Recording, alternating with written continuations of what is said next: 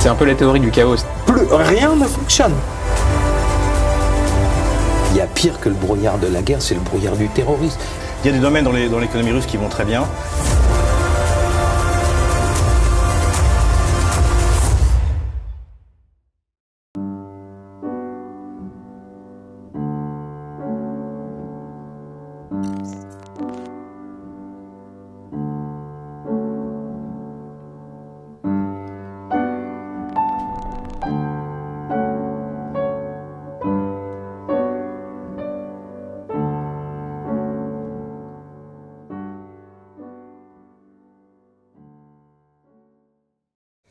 Bonsoir à tous ou bonjour à tous. Nous vivons dans une époque qui, entre autres, peut être caractérisée comme une époque où on généralise la négation ou la transgression des limites. On le voit dans un peu tous les domaines. Bon, dans le domaine de l'écologie, c'est tout à fait évident. On ne cesse d'outrepasser ce qu'il est possible d'imposer à la nature. On s'est longtemps imaginé que les réserves naturelles étaient à la fois illimitées et gratuites, et on s'aperçoit aujourd'hui que ce n'est pas le cas. Dans le domaine également de la nature, mais alors là, de la nature humaine, on peut faire allusion à ce qu'on appelle maintenant le transhumanisme, c'est-à-dire cette idée que on pourrait, grâce au progrès de la science et de la technique ou de la biologie, transgresser à peu près toutes les limites et véritablement aboutir à changer la nature humaine. L'idéologie du progrès, il faut bien le dire, a également contribué à cet état d'esprit en nourrissant l'idée que tout ce qui était nouveau valait à proportion que c'était nouveau, ce qui a amené à dépasser, à introduire toute une série de ruptures par rapport à un idéal sans cesse repoussé vers l'horizon de modernité. Et puis, il y a évidemment le fait que le système idéologiquement dominant aujourd'hui, qui est le système de ce que j'ai appelé la forme capitale, c'est-à-dire du capitalisme libéral, repose intrinsèquement sur l'illimité, sur l'illimitation, sur la suraccumulation du capital, sur l'accumulation et la production illimitée de marchandises, sur l'expansion planétaire de la logique du marché, et en même temps sur la volonté d'éradiquer tout ce qui peut faire obstacle à la triomphale marche en avant du progrès d'un côté, du capital et du marché de l'autre.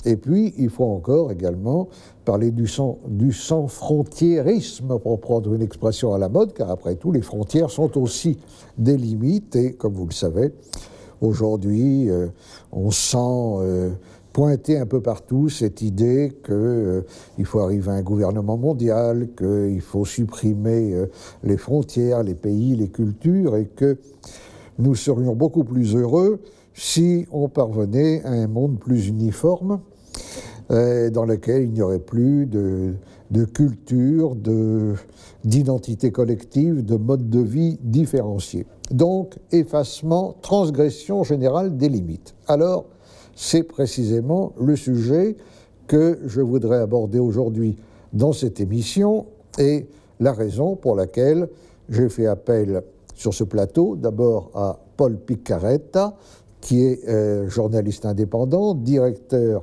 de la rédaction d'une revue qui s'intitule précisément Limite, et dont nous allons parler. D'ailleurs, je remarque limite au singulier, pas au pluriel. C'est voulu ou c'est un hasard? Non, c'est pas un hasard. D'abord parce que c'était esthétique, oui. Et que la revue Limite au pluriel existait déjà. D'accord. Alors, c'est une revue dont on va parler, qui est, je dois dire, assez inclassable, ce qui n'est certainement pas un reproche dans ma bouche, car j'aime beaucoup ce qui est inclassable, mais disons, pour prendre le dernier numéro, c'est-à-dire le numéro 4, la revue ayant été créée, je crois, en septembre de l'an dernier, par vous-même et quelques autres, comme Gauthier Besse, que nous avions reçu sur ce plateau, comme Eugénie Bastier, que nous aurions aimé avoir avec nous aujourd'hui. C'est une revue où on lit des plumes qui viennent de bords, disons, assez différents, quelques noms simplement dans ce numéro. On peut lire à la fois Natacha Polony, Eugénie Bastier, Patrice de Plainquette, l'abbé de Tanoirne, et puis aussi Noël Mamère, Jacques Julliard et beaucoup d'autres, ce qui est, à mon avis, un gage d'intelligence et de qualité, mais ce qui peut surprendre, peut-être ceux qui aiment bien ne trouver sous une couverture que des gens qui pensent à peu près pareil. Alors, je dirais que c'est une revue qui peut paraître assez éclectique. On y trouve des gens de droite et des gens de gauche, pour reprendre une formule un peu banale, des idées de droite et des idées de gauche. C'est une revue d'inspiration chrétienne, mais qui ne cache pas en même temps son hostilité à, disons, la droite catholique libérale. Les auteurs auxquels vous référez sont des auteurs qui, je dois dire, me sont assez chers, qu'il s'agisse de Jean-Claude Michéa, ce qui est peut-être la grande référence centrale, Jean-Claude Michéa, mais également Hannah Arendt, les critiques du système technicien comme Jacques Ellul ou Bernard Charbonneau, voire Ivan Illich. Gunther Anders également aussi. Oui, Gunther Anders, qui pourrait-on dire Chesterton également. Bon, il y en a, Simone Weil. Simone Weil et beaucoup d'autres.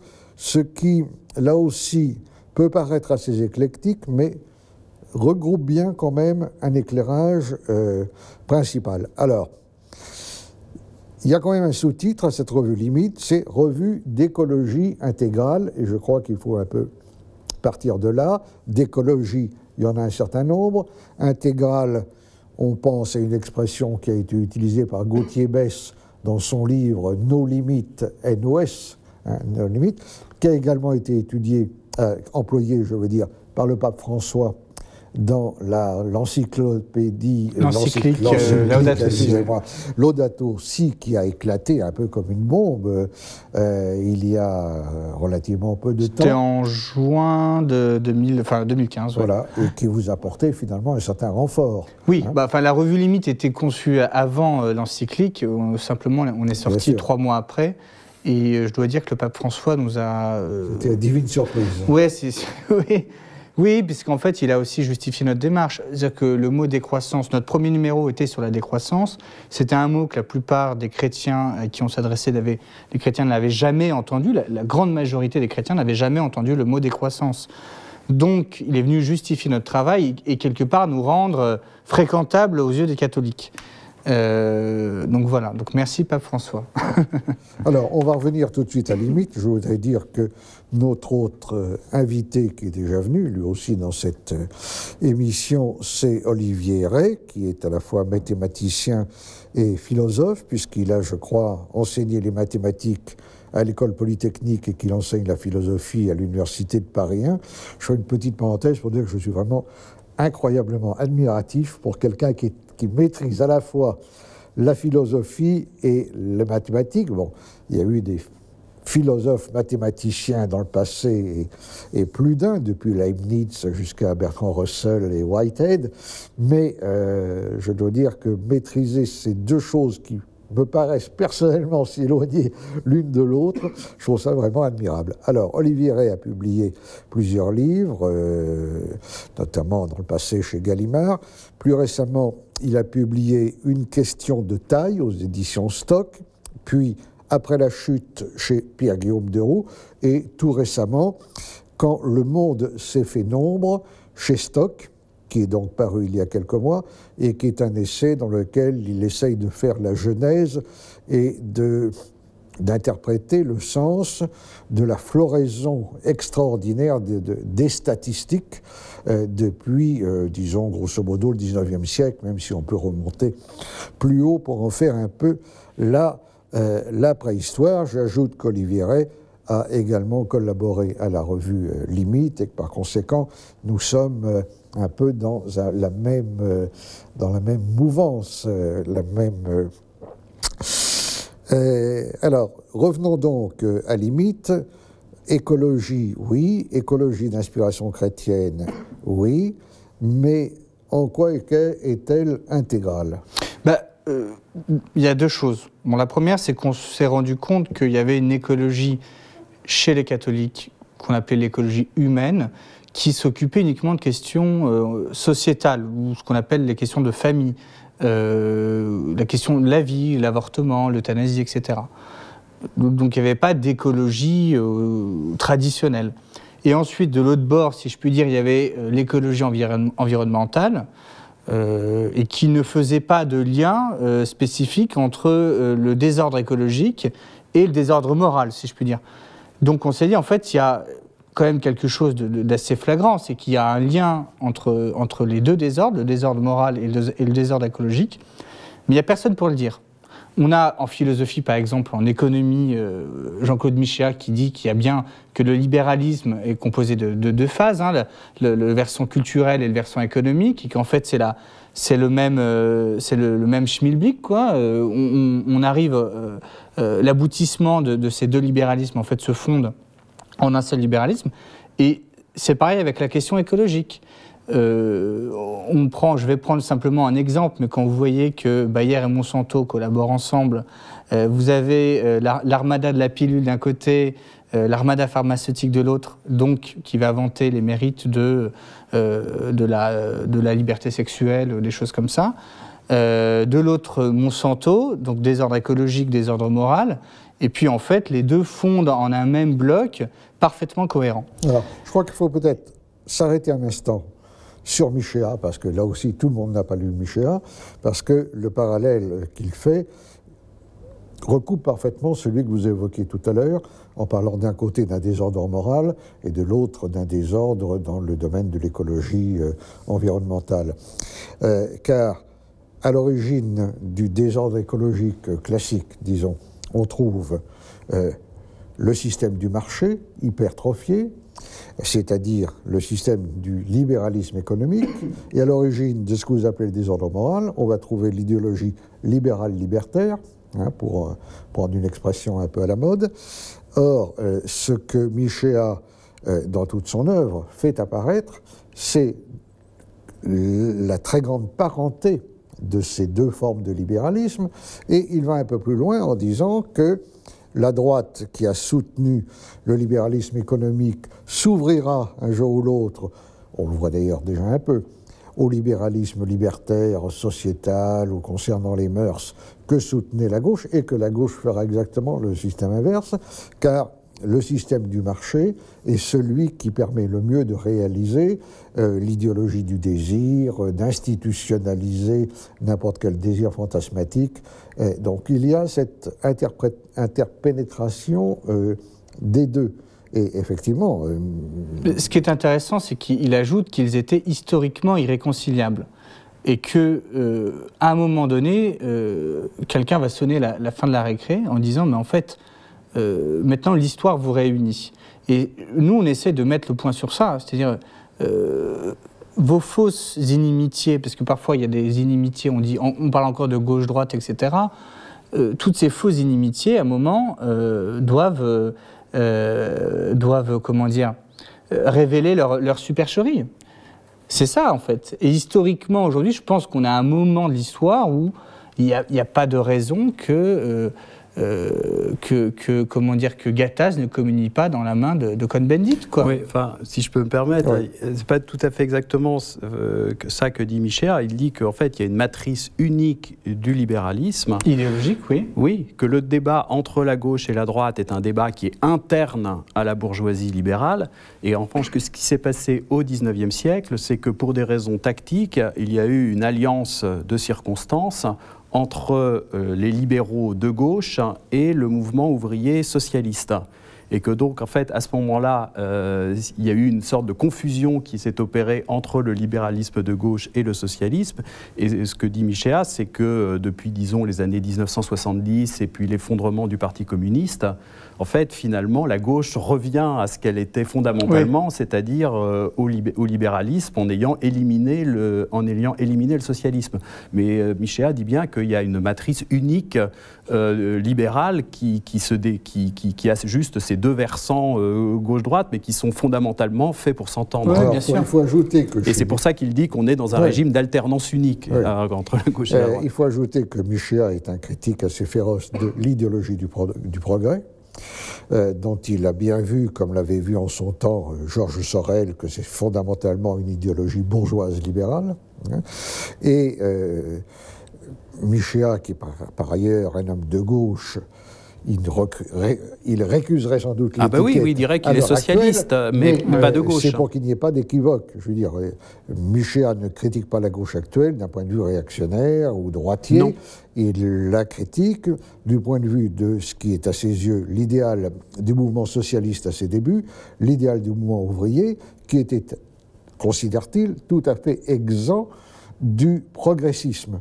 Et il explique, en référence à l'histoire de France, notamment de l'affaire Dreyfus, que c'est à ce moment-là, au moment de l'affaire Dreyfus, que le mouvement socialiste ouvrier s'est associé, à coquiner, pourrait-on dire, avec la gauche progressiste qui était fondamentalement d'inspiration libérale.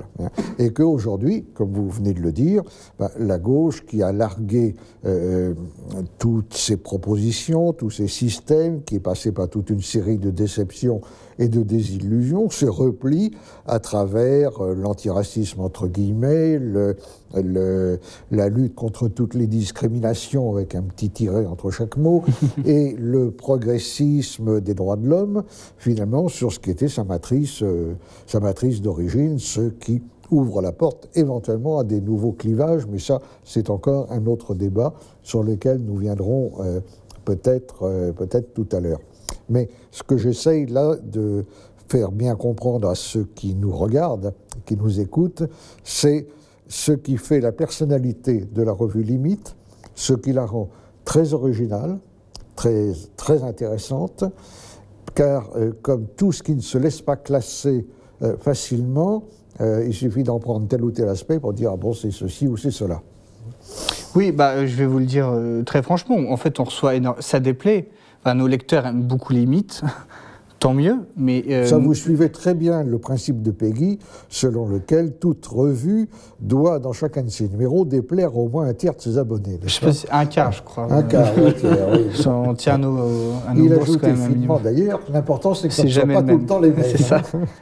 Oui, mais en fait, ça déplaît en réalité à nos adversaires, si je puis dire, parce que les adversaires quelque part du mouvement de l'écologie intégrale ou des michéistes ont tout intérêt à faire croire que la gauche existe encore, que la droite existe encore. Et puis quand on regarde l'armada médiatique qui ne fait que réactiver chaque week-end ces clivages en faisant des couvertures, des unes, où on sort des vieux concepts des années 80, où on nous présente Fillon, par exemple, comme un conservateur. Il n'y a pas grand-chose de conservateur, voilà. Et donc la casse médiatique essaie de réactiver sans cesse ces clivages. Donc on tire à boulet rouge sur nous. Enfin, je peux vous le dire parce que je suis bien placé, parce qu'on reçoit des mails assez terribles. Ce qui veut dire que finalement, on n'est pas inoffensif. C'est-à-dire que notre travail a des répercussions.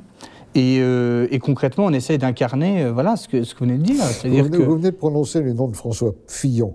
Bon, je ne souhaite pas beaucoup qu'on aille dans la petite politique politicienne, mais je dirais que Fillon est, à mon avis, l'incarnation même de l'équivoque qu'il y a à associer le libéralisme et le conservatisme.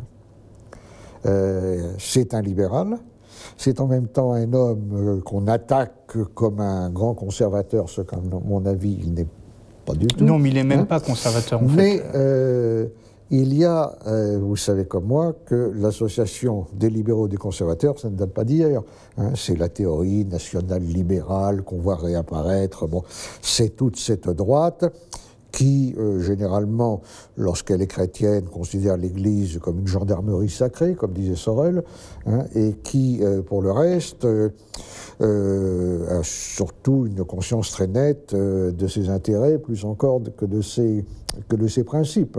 Donc elle est très contente que François Fillon soit un peu rassurant sur le plan du conservatisme, parce que ça lui donne bonne conscience, mais elle est surtout bien consciente que François Fillon va réaliser un programme libéral qui aboutira aux 6 stupéfiant résultat que Mme Thatcher en Angleterre. Or, c'est là où la référence à Michéa est intéressante, parce que Michéa dit qu'il y a une inconséquence incroyable chez les conservateurs. Les conservateurs sont attachés à un certain nombre de liens traditionnels, ces fameux liens qui libèrent des anciennes sociétés, liens de type organique, fondés sur la solidarité, ce que Michéa et Orwell, avant lui, appelaient la décence commune. Donc un certain nombre de valeurs traditionnelles, et en même temps, ils soutiennent de toute leur force un système économique dont la logique interne fait qu'il ne peut que s'attaquer à ce qu'ils veulent conserver. Donc il y a une espèce de... C'est le fameux mot de Bossuet qu'on cite tout le temps sur les gens qui déplorent les conséquences dont ils chérissent les causes, mais c'est vrai qu'on retombe toujours un peu dans cette problématique. Or, l'intérêt, encore une fois, de la revue Limite, c'est que vous échappez à qu'on déteste les bourgeois. Ce qui, évidemment, peut justifier qu'on vous attaque de part et d'autre. Ouais. Oui, et puis, comment dire ? Quand je lis la presse et que je vois que les gens disent qu'il y a une prise de conscience tout d'un coup des catholiques, etc., bon, dans les faits, limite, on n'a que 3000 lecteurs. S'il y avait une vraie prise de conscience, on n'aurait pas 3000 lecteurs, normalement. Vous avez le pape François qui a plus de 3000 lecteurs. Oui, on a le pape François qui a plus de 3000 lecteurs. Sauf que quand l'Audaciosi a été reçu d'une manière incroyablement significative. Oui, mais pas chez les catholiques. Parce que... Non, mais je veux dire, chez les catholiques, c'est-à-dire qu'il y a eu un certain nombre de catholiques, j'en connais beaucoup, qui ont applaudi comme vous l'avez fait vous-même, et puis il y a tous les libéraux chez qui le libéralisme l'emportait sur la foi, disons, et sur l'autorité du pape, qui sont empressés de dire, de toute façon, là, vous savez, le pape n'engage pas son infaillibilité, et puis qui s'occupe des âmes des gens, qui laisse l'économie aux gens sérieux, n'est-ce pas, aux gens qui savent manier les statistiques, et qui s'apparentent au groupe des experts, n'est-ce pas, et puis que, pour le reste, que le pape nous laisse tranquille. Il y a... J'aurais pas la cruauté de citer certains noms très connus, mais dans les catholiques libéraux, il y a eu des critiques absolument insensées dirigées contre le pape François. Il y a des gens qui ont dit, il y a des philosophes qui ont dit que c'était des salmigondis quand même, ce qu'il y avait dans la date aussi. Bon, après c'est aussi, pardon, mais je vais tirer le débat sur le côté générationnel, mais les vieux philosophes qui ont une matrice idéologique héritée des années 70-80 ont parfois du mal à abandonner aussi ce à quoi ils ont été biberonnés. Enfin voilà, je ne sais pas si c'est pour les excuser, mais l'essentiel c'est que la génération qui vient après... C'est pas le cas de tous. Oui, non, heureusement. Il y en a qui ont recyclé le logiciel. Heureusement. Et je dirais même pour qui ça a été une expérience très intéressante. Ceux qu'ils ont pu connaître il y a 20, 30, 40 ans, parce qu'ils en ont tiré la leçon. Le grand problème aujourd'hui, c'est que les gens ne tirent pas la leçon de leurs expériences. C'est peut-être ça le véritable problème.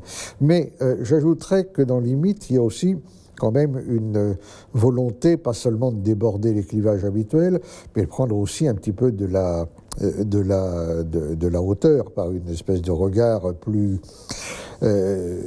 philosophique. J'avais noté ce mot que je trouvais très juste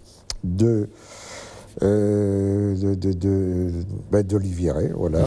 C'était dans un débat avec Natacha Polony, paru, si j'ai bonne mémoire, dans le numéro 2 de Limite, et qui disait, cette phrase simple, mais il va la développer un peu pour nous, « Respecter des limites passe par la reconnaissance de notre propre finitude. » Car nous sommes par nature des êtres limités, des êtres consacrés, conscients de leur finitude. Heidegger disait que c'est ce qui nous distingue le plus fondamentalement de l'animal, de nous savoir des êtres voués à la mort. Et comment est-ce que vous articulez finalement cette philosophie de la finitude, si l'on peut dire, avec les considérations plus simples qui se rapportent aux limites dans un certain nombre de domaines actuels? En tout cas, il y a un contraste absolument saisissant entre la sagesse des anciens et l'esprit des modernes. toute la sagesse des anciens visait tout le temps à rappeler à l'homme précisément sa finitude, et pas simplement sur un mode négatif, c'est-à-dire que, bon, d'une certaine manière, le fait de dire à l'homme qu'il est fini, c'est dire qu'il n'est pas un dieu. Mais en même temps, en particulier dans la philosophie grecque, la limite, ce n'est pas simplement quelque chose qui nous empêche d'aller plus loin, mais c'est aussi ce qui nous fait exister. C'est-à-dire que pour les Grecs, n'existe précisément que ce qui a une limite. La limite, c'est ce qui donne une forme. Ce qui n'a pas de limite, c'est ce qui est informe. L'apeiron, chez les Grecs, le sans limite, c'est quelque chose, c'est un mot négatif. Et donc, en fait, là, je pense que c'est extrêmement important de voir que la limite, pour les modernes, est toujours vue comme quelque chose, comme une entrave, quelque chose qui nous empêche d'aller plus loin, alors que la limite a aussi un sens beaucoup plus positif. C'est d'abord ce qui nous fait être, hein. C'est-à-dire que c'est parce que nous avons précisément un corps qui a ses propres limites que aussi nous existons en tant qu'être vivant. C'est le même raisonnement qu'on trouve chez le sans-frontiérisme, l'idée que la frontière enferme. Oui, hein, oui. Ouais. Comme si la frontière était un mur qu'on ne peut pas franchir. Hein. Là, je serais d'ailleurs peut-être plus critique que vous. Vous avez dit François, parce que il y a eu cette phrase à propos de la campagne électorale américaine, où le pape François avait dit faut favoriser ceux qui créent des ponts plutôt que ceux qui créent des murs. Hein. Et malheureusement, entre le pont et le mur, le pont qui accueille tout le monde et le mur qui n'accueille personne, il y a la porte, hein, c'est-à-dire l'écluse au fond. Et qu'est-ce que c'est qu'une frontière, sinon une écluse, hein. La frontière donne une forme, on peut franchir la frontière. Hein. La frontière ne légitime pas à haïr les étrangers, au contraire, elle nous rend étrangers nous-mêmes dès que nous la passons. Hein.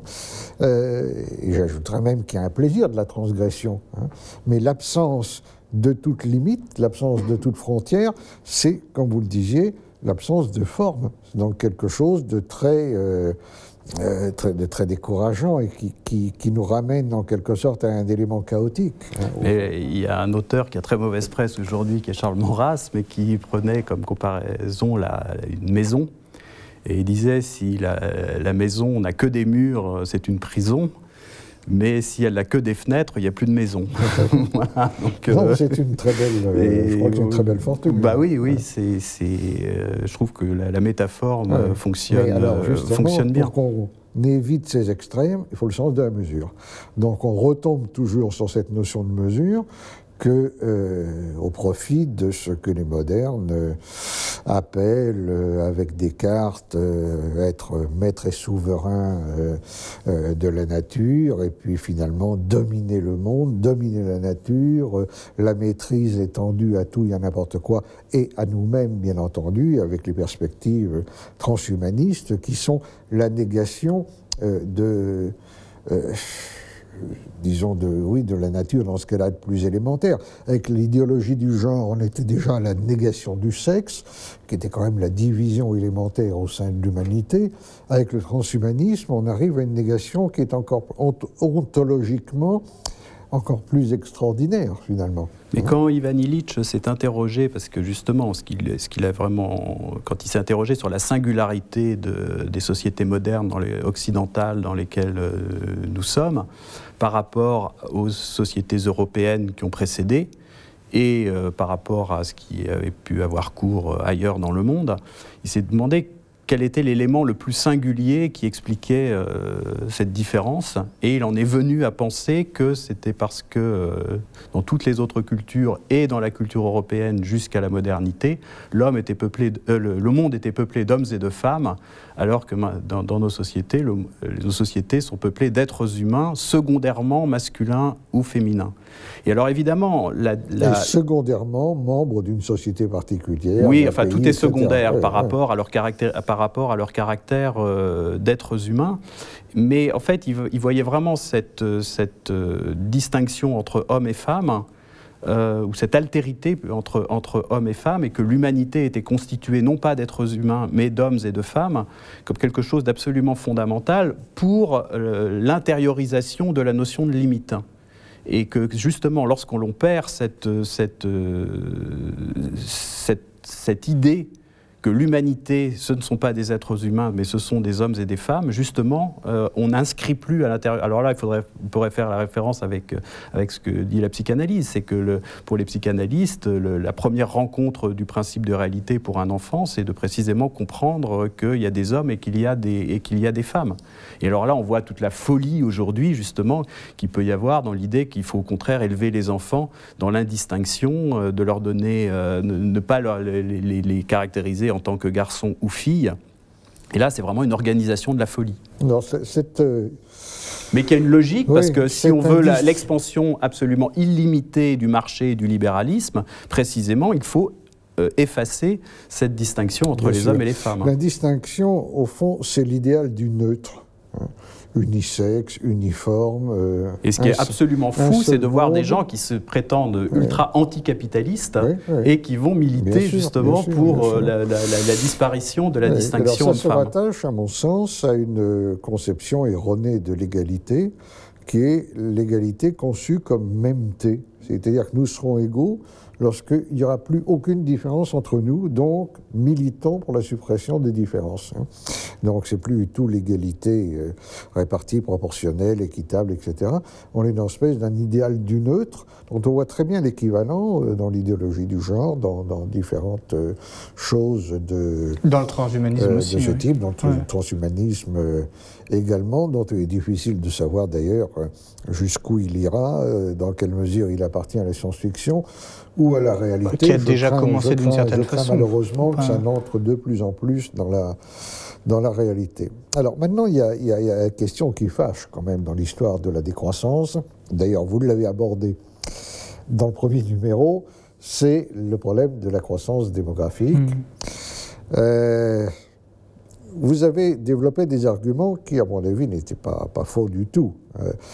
J'entends bien qu'il y a une espèce de cri d'alarme sur la croissance démographique, qui est en fait un discours qui sert de paravent à l'idée qu'en fait, il faut que les autres peuples du monde ralentissent leur natalité pour que nous puissions continuer à consommer en tant qu'occidentaux toujours plus et en général à leur détriment. Alors c'est un argument que je trouve tout à fait recevable. Cela dit, si on voit les choses de manière un peu plus cynique, à supposer même que la Terre entière soit convertie à la théorie des bienfaits d'une vie plus sobre, de la sobriété heureuse, comme dit Serge Latouche. Là, je me tourne vers le spécialiste des statistiques. On arrive quand même forcément à des limites. Le nombre d'individus que vous pouvez mettre au mètre carré, il se heurte. Quand on critique la croissance matérielle en disant une croissance matérielle infinie est impossible dans un espace fini, dans un espace fini, vous ne pouvez pas non plus mettre un nombre infini de personnages. Enfin, là, il y a encore un peu de marge. Là, il y a quand même un vrai problème, d'autant plus que l'augmentation... je vois des travaux d'experts qui disent « Ah bon, on est 7 milliards, mais vous savez, on pourrait très bien aller à 15 milliards. » Bon, enfin, ils ne disent pas à 150 milliards quand même, mais à 15 milliards peut-être. Mais il y a les problèmes de taille aussi, de gigantisme. Des milliards et des milliards qui s'ajoutent. Ce sont des villes qui deviennent grandes comme certaines nations. Donc on retrouve cet effet de taille sur lequel vous étiez penché dans votre livre paru en 2014, et puis donc je vous pose un peu cette question-là, pas par esprit provocateur, mais parce que je crois que c'est une objection qui vient quand même à l'esprit de beaucoup de gens, et puis peut-être ça pourrait être une occasion de glisser doucement vers le sujet des statistiques. Oui, en fait, cela étant, sur la question de la natalité, si vous voulez, ce qui je trouve aussi un petit peu problématique, c'est que traiter de la question de la natalité à l'échelle mondiale pose une grave difficulté, parce que la réalité est très très différente selon les pays. Si on est en Italie du Nord, où on a 0,9 enfants par femme, ou en Bavière, on doit être à peu près à ça, et puis qu'on va au Niger et qu'on est à 6,8 enfants par femme, alors, est-ce que, par exemple, les Italiens doivent encore, et les Allemands doivent encore diminuer le nombre d'enfants qu'ils ont pour lutter contre, contre la surpopulation, pendant que d'autres pays où on sera à 7 enfants par femme. D'autre part, on peut déplorer le fait que, justement, ces vagues migratoires qui commencent à arriver sur l'Europe et qui ne vont faire que croître. Et puis, d'un autre côté, si on a 0,9 enfants par femme, il y a aussi quelque chose qui est de l'ordre de l'inéluctable. Et d'ailleurs, en fait, ça c'est un des gros problèmes auxquels est confrontée l'Église aujourd'hui sur ces questions-là, parce que l'Église catholique, qui se veut justement, comme son nom l'indique, universelle, elle essaye de formuler des principes qui sont universels, par rapport à des réalités qui, de par le monde, sont extrêmement diverses. Alors, et donc, d'un certain point de vue, il faudrait que, comme le pape dit que dans certains pays, comme les pays occidentaux, il faudrait accepter une certaine décroissance dans la consommation, pendant que dans d'autres pays, elle pourrait croître. Je pense que pour la natalité, c'est la même chose. Oui, on pourrait dire évidemment voilà, la même chose. Et donc, il n'y a pas de réponse... il n'y a pas de réponse globale. Mais c'est vrai, vous avez... Quand j'entends, par exemple, des acteurs américains qui disent « Ah, ben non, moi, j'ai pas d'enfant, it's a green choice. Ouais, » Bon, voilà. Easy choice. Oui, non, mais vous avez tout à fait raison de dire que poser les problèmes de manière universelle et globale, c'est toujours problématique, parce que les situations ne sont pas du tout les mêmes et qu'on ne peut pas faire le parallèle entre un pays qui est en état de dénatalité ou décroissance et puis des pays qui sont en état et puis par ailleurs, qu'il y a par ailleurs les phénomènes de transition démographique, qu'il y a également les phénomènes de migration qui sont souvent liés à des déséquilibres démographiques. Je dirais aussi que c'est peut-être une erreur de traiter comme un absolu un problème qui est assez relatif. Je veux dire qu'il y a 2000 ans ou 3000 ans, lorsque la plupart des grandes religions sont nées, vouloir un développement considérable de la population des sociétés, donc des fidèles d'ailleurs, était parfaitement légitime. Je veux dire, la Terre semblait immense, tellement immense qu'il n'y avait pas de limite, justement. C'est le fameux verset « croissez, multipliez-vous ». Quand on se retrouve avec des villes de 35 ou 40 millions d'habitants, parce que c'est ce qui existe maintenant, évidemment, on se pose d'autres questions. Dans « croissez, multipliez-vous », on dit toujours... à l'époque, il n'était que 2, quoi. Parce qu'on a toujours fait de ce verset, vous savez, on a dit oui, c'est le verset de tous les débats, parce que voilà, c'est le christianisme qui a voulu qu'on détruise la planète. Un truc qu'on entend assez souvent.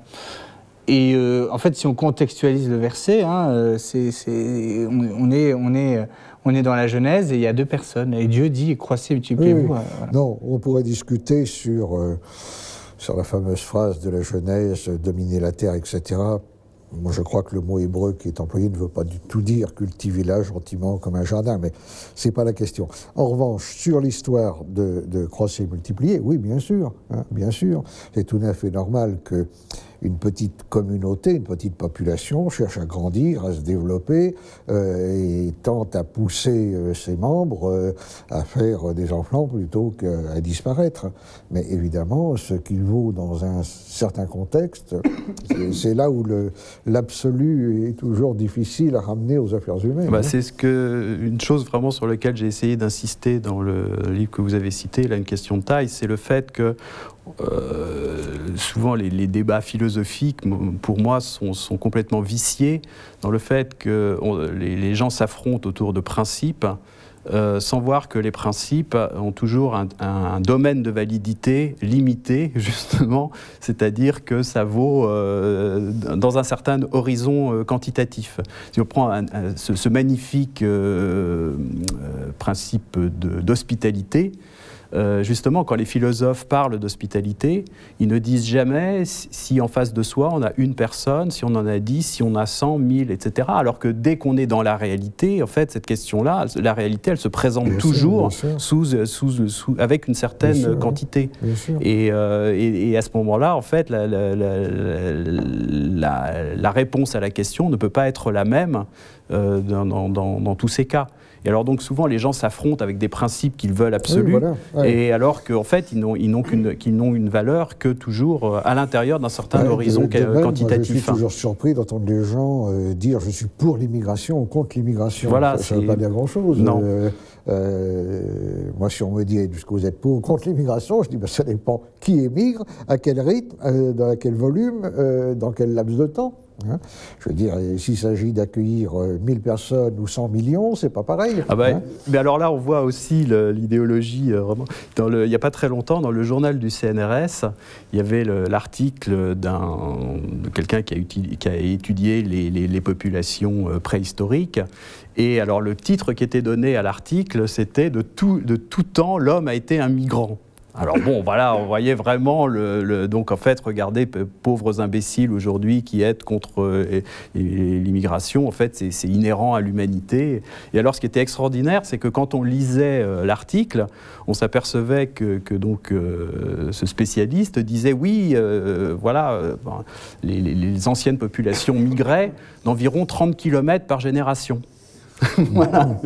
Et donc, en fait, d'une certaine manière, le contenu de l'article, elle ne contredisait pas absolument le titre, mais en fait, le titre présentait les choses pour faire le lien avec les migrations d'aujourd'hui qui n'ont strictement rien à voir. Quand il y avait une tribu qui migrait de 30 km en 50 ans, bon, c'est pas évidemment, c'est pas la même chose que des millions de personnes qui changent de continent. Dans les périodes pré- ou proto-historiques, on pourrait rappeler que le premier grand coup d'arrêt à cette migration incessante, ça a été l'invention de l'agriculture, hein, qui a amené les gens à cesser de nomadiser pour se sédentariser sur un territoire avec tout ce que cela a pu entraîner. Mais enfin bon, là on s'éloigne un peu.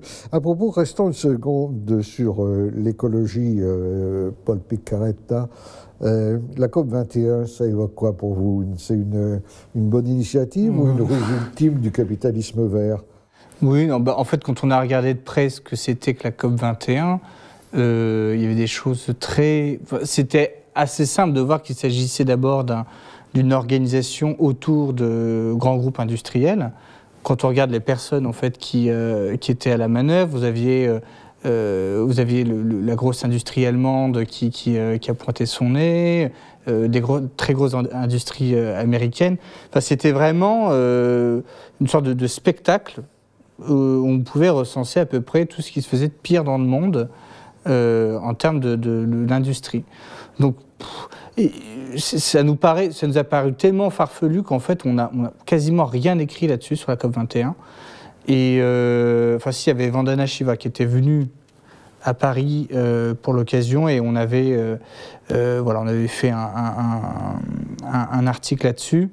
Mais globalement, bon, à part les accords qui ont été pris, mais qui de toute façon ne sont pas forcément tenus, il n'y a pas grand-chose d'intéressant.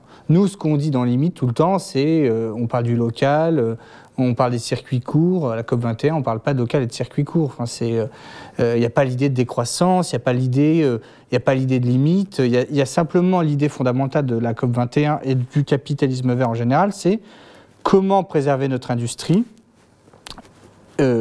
Et en fait, ce qu'on appelle le greenwashing, hein, donc c'est-à-dire peindre en vert notre industrie, c'est quoi? L'idée, c'est on a besoin de continuer de produire, on ne peut plus produire dans nos conditions actuelles, parce qu'en fait, on est en train de détruire les stocks, hein, on détruit la nature, donc quelque part, c'est la croissance qui s'effondre. Donc il faut recréer une croissance, trouver des nouveaux leviers de production, et voilà, ils appellent ça l'écologie. Donc en fait, c'est là où on voit la récupération en fait, du capitalisme, la récupération de l'écologie par le capitalisme. Et on voit qu'il n'y a pas pour eux, il n'y a pas de contradiction. Mais c'est très rationnel. Il y a un postulat implicite pour eux, c'est que rien ne doit pouvoir contredire la logique du marché et que par conséquent, le marché est capable de créer lui-même les conditions qui lui permettront de respecter les préservations des écosystèmes au prix de certaines techniques du type marché, vous savez, payeur-pollueur. Hein. Oui, Ce qui est extraordinaire, c'est d'ailleurs, c'est la création du marché où on achète des droits de polluer. Hein. C'est exactement comme la solution libérale à l'immigration. On va créer un marché de l'immigration. Hein. C'est-à-dire ceux qui sont suffisamment fortunés pour acheter des tickets d'avion. Bon. Ça fonctionne avec tout. On se demande pourquoi d'ailleurs on pourrait pas acheter, pour les gens très riches, ne pourraient pas acheter des permis de tuer, par exemple. Tout. Non, mais ça fonctionne avec l'eau, avec l'air. Mais je voudrais juste revenir un tout petit peu en arrière, parce que c'est vraiment un problème que je pense fondamental, celui de la population mondiale. Oui. Je pense qu'en fait, la croissance de la population mondiale, on ne peut pas déconnecter cette question-là de la question générale de la croissance. C'est-à-dire que, en fait, si vous voulez, il y a des gens qui se disent « Ah, finalement, le seul problème qu'on a avec notre système, c'est que, bon, c'est vrai qu'on consomme beaucoup, mais après tout, si on n'était que 500 millions sur la Terre, eh bien, tout irait bien. Et c'est juste parce qu'on va atteindre les 10 milliards que ça pose un problème. Mais en fait, à ce moment-là, on déconnecte, si vous voulez, la question d'un certain mode de vie avec la croissance démographique. Or, en fait, les deux sont profondément liés. En fait, toutes les sociétés traditionnelles avaient une population stable ou qui croissait extrêmement lentement. Et c'est le choc de la modernisation qui a complètement désorganisé ces sociétés et qui les a fait entrer dans cette croissance démographique qui, par ailleurs, en fait, est entretenue contrairement à entretenu par le capitalisme. Il y a un auteur qu'on a toujours profit à lire, que bon, je suis à peu près d'accord sur rien avec lui, et en même temps, c'est vraiment un auteur très intéressant à lire, c'est Hayek. Et Hayek dit alors, Hayek, dans sa polémique contre le communisme, en fait, il disait, oui, voilà, les socialistes et les communistes ont dit, regardez, au XIXe siècle, c'est épouvantable, toutes ces populations ouvrières qui étaient plongées dans le paupérisme. Donc, en fait, le capitalisme a appauvri les gens. Et en fait, ce que dit Hayek, et il y a du vrai là-dedans, il dit, non, le capitalisme n'a pas appauvri les gens, il a amené à l'existence des gens qui auparavant n'existaient pas. Parce que justement, l'Europe, il y a eu une énorme explosion démographique en Europe au XIXe siècle. Et en fait, dans les sociétés européennes, autrefois, régulaient à peu près leur nombre. Et c'est le capitalisme qui a fait émerger ces nouvelles populations. Alors certes, qui vivaient dans des conditions misérables. Mais Hayek dit, ben oui, mais c'est pas grave, parce qu'elles sont dans des conditions misérables, mais la génération d'après, ils s'élèveront. Mais ce que dit Hayek, c'est que pour que cette dynamique générale d'élévation de tout le monde continue à fonctionner, il faut que sans cesse, il y ait des nouvelles populations qui n'existaient pas auparavant, qui soient appelées à l'existence. Donc si vous voulez, la population, si on la voit comme une pyramide avec les riches en haut et les pauvres en bas, en fait, c'est une pyramide, il dit tout le monde, la condition de tout le monde s'améliore, la pyramide monte, mais pour que la pyramide monte, il faut que sa base soit de plus en plus grande. Et Hayek dit explicitement, il faut qu'il y ait de plus en plus de monde sur la Terre, et Hayek va jusqu'à dire, mais en fait, il n'y a pas de limite. Et alors là, vraiment, chez Hayek, penseur libéral par excellence, et c'est vraiment la négation totale de la limite. Il dit, non, on trouvera toujours un moyen, et lui, il pourrait dire, non, mais 100 milliards, c'est pas un problème, on se débrouillera. C'est le même raisonnement, d'ailleurs, qui dit, il faut le développement toujours de la technique, parce que seule la technique peut venir à bout des défauts de la technique. Hein. Mais là, on voit que chez un penseur comme Hayek, que la croissance démographique et le modèle de croissance capitaliste, en fait, sont deux choses qui sont fondamentalement liées. Ouais. Et donc, en fait, si vous voulez, les personnes qui disent, oui, en fait, le système capitaliste est bon, mais le problème, c'est qu'on a trop de gens, c'est un peu comme quand on disait le libéralisme, si vous voulez, quand on déplore des conséquences en continuant à chérir les causes. En fait, là, c'est la même chose. Oui. Il y a un détail encore, toujours à propos de la croissance démographique. Il ne faut pas oublier une chose, que dans beaucoup de pays du tiers-monde, la croissance démographique, c'est tout simplement la protection sociale. Hein. Les gens ont beaucoup d'enfants parce que s'ils n'ont pas beaucoup d'enfants, il n'y a personne pour s'occuper d'eux dans la vieillesse. Hein. C'est un facteur dont on ne tient jamais compte. Ça, hein. En tout cas, très peu. Lorsqu'on lance dans le tiers-monde des grandes campagnes pour la contraception, l'avortement, la stérilisation... je ne suis pas tellement d'accord, parce que de toute façon, auparavant, c'était déjà le cas. Donc, pourquoi ces populations augmentent tellement auparavant, il n'y avait pas de sécurité sociale non plus, quoi. Donc, c'est vrai, mais il y avait sans doute des liens des liens de rapport de groupe qui étaient qui n'avaient pas encore été fragmentés. Bah oui, d'accord. Mais qu'est-ce qui a fragmenté ça? C'est précisément la modernisation de ces... Voilà, exactement. Là-dessus, on est tout à fait d'accord.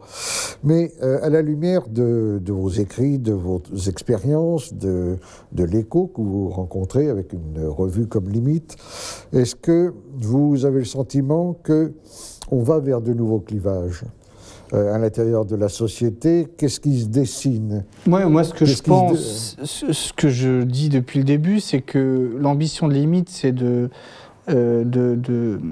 redéfinir en fait les clivages. C'est pas de briser les clivages, parce que parfois vous avez des gens qui disent oui, gauche-droite ça n'existe plus, il n'y a plus de clivage, etc.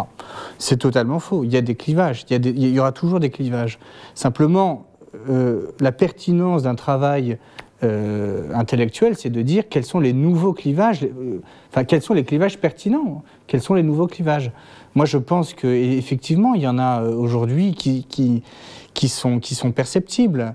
Il y a des nouveaux clivages à droite, il y a des nouveaux clivages à gauche, il y a des nouveaux gauche-droite, et tout le travail normalement d'un intellectuel, c'est de poser des noms sur tous ces courants-là. On peut en citer plein, mais vous voyez, à droite, le courant libéral-conservateur, il me semble, a quand même le vent en poupe, beaucoup plus qu'il y a 30 ou 40 ans. J'étais pas là il y a 30 ou 40 ans, mais je n'ai pas l'impression qu'il y avait un courant libéral-conservateur aussi uni. Mais après, c'est peut-être momentané. À gauche, vous avez l'émergence d'une gauche très... on dit qu'elle se droitisme, enfin, de plus en plus libérale, en tout cas. Donc finalement, on rejoint Michéa, finalement, elle est fidèle à l'idéologie de gauche, quoi. C'était le libéralisme. Donc il y a des nouveaux clivages qui se font. Alors, et puis il y a aussi des clivages générationnels. Je termine juste sur ça. Je parle toujours des générations, mais parce qu'en fait, on vit des expériences totalement différentes. Moi, ma génération, j'ai 27 ans. Beaucoup de gens de mon âge ont fait 6 ou 7 ans d'études et sont au RSA. Ce n'était pas du tout le cas il y a 30 ans. Et donc, en fait, votre façon de penser les choses est totalement différente. Non, et ça, les intellectuels ne le voient pas, parce que comme tout le monde s'est embourgeoisé, on oublie de penser que le rapport au monde n'est pas... C'est tout à fait évident. Un jeune de 20 ans aujourd'hui, ou il y a 40 ans, ne vit pas dans la même terreur sociale ou dans la même perspective de misère sociale, de déclassement des classes moyennes, de sortie de la classe moyenne, etc. Tout ça, c'est absolument certain. Maintenant, je ne suis pas tout à fait d'accord sur un point. Quand vous dites les libéraux conservateurs, en plus le vent en poupe aujourd'hui... C'était plus une question, parce que c'est mon expérience. Je crois pas, je vais vous dire pourquoi. Je ne veux pas dire que les libéraux conservateurs représentaient une famille très importante il y a 40 ans, mais elle paraissait plus naturelle qu'aujourd'hui. Pourquoi? Parce que libéraux et conservateurs étaient unis par un commun, quelque chose de commun, qui était le rejet de ce qu'ils appelaient le collectivisme, c'est-à-dire le communisme, le système soviétique. À l'époque de la guerre froide, la droite conservatrice et la droite libérale ont en quelque sorte, je ne dis pas fusionné parce que je crois que ce n'est pas possible, mais se sont beaucoup rapprochés parce qu'au moins ils étaient d'accord pour rejeter le communisme. Mais ils en ont trouvé un autre. Il suffit de regarder les couvertures de Valeurs Actuelles pour comprendre quel est le nouvel ennemi qui se sont trouvés. Parlons de choses sérieuses. Ah oui, mais c'est un bon exemple pour comprendre. Vous regardez les couvertures du Figaro Magazine dans les années 70, c'était le communisme. Aujourd'hui, si vous avez des femmes en burqa. Voilà. Mais en ce qui concerne le communisme, le système soviétique a quand même disparu. Ce qui fait que les libéraux sont beaucoup plus aujourd'hui en position de remettre en cause leur alliance avec les conservateurs, parce que la gauche n'a plus le même caractère répulsif. Au contraire, d'ailleurs, plus la gauche s'ouvre à la problématique du marché, plus elle abandonne ses perspectives révolutionnaires et son inspiration originelle, comme dirait Michéa, plus finalement elle regarde vers les libéraux de droite en disant finalement il n'y a pas grand-chose qui nous sépare. Vous citiez Fillon, citons maintenant Macron, n'est-ce pas, qui est une sorte d'incarnation de Tony Blair. Hein. On a le choix entre Margaret Thatcher d'un côté et Tony Blair de l'autre, c'est pas tant comme modernité. Mais vous voyez ce que je veux dire, hein. Oui, non, mais Ce qui fait que les libéraux et les conservateurs, il y a toujours cet équivoque, sont toujours ensemble. Maintenant, je suis de ceux qui pensent que les libéraux vont plus redériver à gauche, parce qu'à gauche, il n'y a plus, sauf chez des gens comme Mélenchon par exemple, il n'y a plus la réalité répulsive à laquelle ils étaient habitués il y a 50 ans. Alors, bon, on arrive quand même à la politique. Je voudrais rester au niveau des principes, mais c'est vrai qu'il y a une question qui se pose pour des gens comme vous, pour des gens comme Serge Latouche, par exemple, quand il parle de décroissance, ou comme Alain Caillé lorsqu'il parle de convivialisme. C'est-à-dire tout un tas de choses qui sont extrêmement sympathiques, mais on se dit comment ça passe dans la réalité, comment est-ce qu'on peut faire en sorte qu'on sorte du domaine de la conversion individuelle ou du simple sermon. Hein. Mes chers amis, essayons d'être plus fraternels, plus sobres, moins consommateurs, etc. Bon, c'est un sermon sympathique, mais comment ça passe dans les faits? Parce que, regardez les hommes politiques aujourd'hui, de l'extrême droite à l'extrême gauche, en passant par toutes les nuances que vous voulez, s'il y a un mot dont ils ne veulent pas entendre parler, c'est bien celui de décroissance. Hein. Donc, il y a quand même un problème d'accès au réel, et vous avez dit vous-même dans Limite qu'on ne peut pas faire l'économie du politique. Hein. Alors, le problème, c'est que je crois aussi qu'on ne peut pas faire l'économie du politique, mais en même temps, les voies d'accès politique, aujourd'hui, sont plutôt brumeuses. Il y a quelque chose qui est tout à fait emblématique, c'est une émission sur France Culture qui a lieu tous les dimanches matins, animée par Philippe Meyer, qui s'appelle L'Esprit Public. Oui. Et c'est extraordinaire, parce que cette émission s'appelle L'Esprit Public, et en fait, c'est le club des libéraux. C'est-à-dire qu'il y a Thierry Pêche, Terra Nova, libéral de gauche, Bourlange, libéral du centre, je sais plus, ils en ont trouvé un autre, libéral de droite. Et en fait, c'est le club des libéraux. Oui, et alors, bon, ils discutent des détails, quoi, en fait. Ils sont d'accord sur le fond, et puis alors après, ils discutent des détails. Moyens. En gros, on pourrait dire, oui, 1% de TVA ou 2%, enfin, des choses comme ça, quoi, des choses aussi passionnantes. 500 000 fonctionnaires ou 400 000. Oui, voilà. Oui, il y avait des choses, d'ailleurs, en fait, qui étaient du plus haut comique, je me souviens. C'était en 2007, le grand débat télévisé qu'il y avait eu entre Ségolène Royal et Nicolas Sarkozy. Et Ségolène Royal avait présenté ça comme projet de société contre projet de société. Alors franchement, on avait le choix entre la société Ségolène Royal et la société Nicolas Sarkozy, très franchement, enfin, que ce soit l'un ou l'autre, voilà, c'était sur des éléments de langage éventuellement qui changeaient un petit peu, mais enfin bon, c'était quand même la même société. C'était évident que c'était la même société. Mais ce que je pense aussi aujourd'hui, c'est que de toute façon, politiquement, actuellement, c'est complètement bloqué parce que de toute façon, il n'y a plus de politique. Donc, en fait, quand on dit « Ah, mais on ne peut pas accéder, on n'a pas d'accès politique », mais de toute façon, à quoi ça sert? Parce que les politiques, si on prend un pays comme la France aujourd'hui qui est endetté jusqu'au cou, en fait, toute la politique de la France, ça revient à empêcher que les taux d'intérêt n'augmentent. Parce que si les taux d'intérêt augmentent, la France, c'est la Grèce. Bon, et à partir du moment où on ne peut plus rembourser la dette, comment on fait? On est comme la Grèce, alors on a le choix, comme la Grèce. La Grèce, soit elle reste dans l'Union européenne et dans l'euro, mais à ce moment-là, elle est en compétition avec l'industrie allemande, avec l'agriculture française, etc. Elle n'est pas compétitive. Donc l'activité en Grèce ne cessera de s'écrouler. Soit elle veut sortir de l'Union européenne, elle revient à la drachme. Mais en fait, avec la drachme, on ne peut rien acheter. Enfin, ce sera une monnaie de singe. Or, la Grèce, quand elle est rentrée dans l'Union européenne, elle était autosuffisante alimentairement.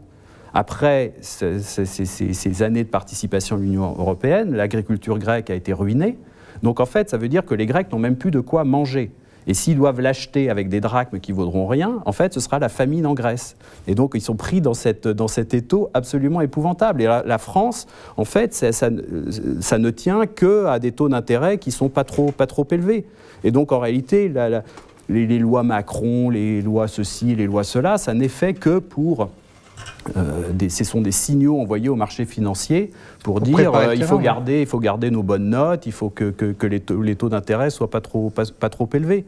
Et donc, en fait, la situation n'est pas encore assez dramatique, finalement, pour qu'on se lance véritablement dans des changements drastiques qu'il faudrait entreprendre. Donc, je pense qu'actuellement, on est dans une situation totalement bloquée, on est dans une sorte de processus, et il faut attendre l'effondrement pour que, d'un coup, il y ait des possibles qui se rouvrent. Et il me semble que le travail qu'on a à faire aujourd'hui, justement, que le fait à sa manière la revue Limite, c'est d'essayer de comprendre que ce qui nous attend après l'effondrement, c'est pas forcément la catastrophe, mais ça peut être au contraire l'occasion de retrouver des possibilités de vie meilleures. Parce que, évidemment, cet effondrement, il aura un caractère catastrophique. Et donc, en fait, à ce moment-là, la réaction par rapport à ça, ça va être la peur, la panique.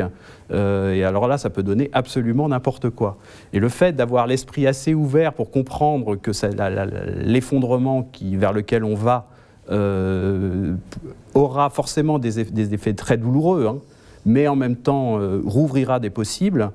Je pense que c'est ça qu'il nous appartient de faire et que je pense que c'est l'action politique que l'on peut avoir aujourd'hui.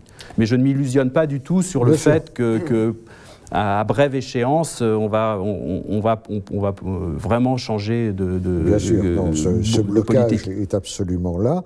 Maintenant, vous avez tout à fait raison de dire qu'aujourd'hui, il n'y a plus de politique et que les gens se rendent bien compte que les alternatives ou pseudo-alternatives qu'on leur propose n'en voient pas grand-chose.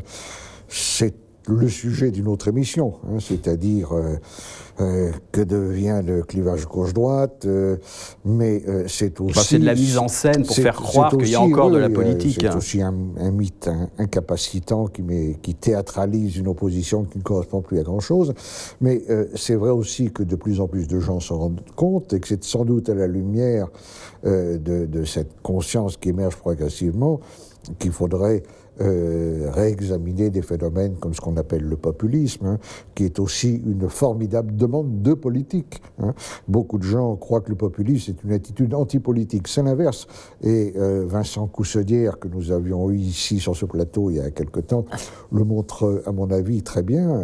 Ce que les gens reprochent aux hommes politiques, c'est de ne plus faire de politique. Hein, c'est qu'il n'y ait plus de clivage net qui permette de les distinguer. Voilà, alors on va peut-être s'en tenir là parce que l'heure tourne. La revue Limite, j'espère que tout le monde va se la procurer. Elle était d'abord éditée aux éditions du Cerf, elle est éditée aujourd'hui aux éditions Première partie. Ouais. Est-ce que vous voulez vous donner l'adresse de la revue ? Alors, alors pour s'abonner, c'est tout simplement sur le site internet, donc revuelimite.fr, à la petite rubrique abonnement. D'accord, donc voilà, on s'abonne pour 4... Voilà. Ce que je trouve intéressant dans cette revue, d'ailleurs dans d'autres initiatives, parce que ce n'est pas la seule, évidemment, c'est qu'on voit, on parlait de nouveaux clivages, on voit réapparaître une vieille problématique qui est finalement la problématique, je dirais, conservatrice révolutionnaire. Parce que, incontestablement, on voit bien en quoi vous êtes conservateur, il y a des choses auxquelles vous ne voulez pas renoncer. Nous sommes conservateurs malgré nous. Voilà, et en même temps, ce à quoi vous ne voulez pas renoncer, vous réalisez bien qu'il faut une attitude, sinon des moyens révolutionnaires, pour les conserver. Donc c'est là où il y a une sorte de conservatisme révolutionnaire, si vous voulez. Oui, mais c'est ce que disait Ellul et Charbonneau. C'est un peu ce qui s'est passé. C'est ce que disait effectivement Ellul. Jacques Ellul, théologien protestant, grand critique du système technicien, Bernard Charbonneau, qui a été un de ses collaborateurs et disciples. Oui, bien sûr, c'est ce qu'il disait, mais il y a eu beaucoup de gens qui ont dit cela. Parmi la galaxie des non-conformistes des années 30, il y a eu beaucoup de gens qui ont cherché justement à renouer ce conservatisme et cet esprit révolutionnaire. Ouais, l'important aujourd'hui, c'est de bien définir le conservatisme critique aussi. Ouais. Au Canada, notamment, il y a toute cette école qui s'est constituée autour de l'idée de conservatisme critique ou de conservatisme de gauche, d'ailleurs, dans certains cas. Mais la plasticité de ces termes est évidemment suffisamment grande pour qu'on puisse faire une immense émission autour de l'évolution du vocabulaire politique. En tout cas, Paul Picaretta et Olivier Rey, merci de vous être retrouvés dans ce studio. Lisez la revue Limite, ça en vaut la peine, et à bientôt.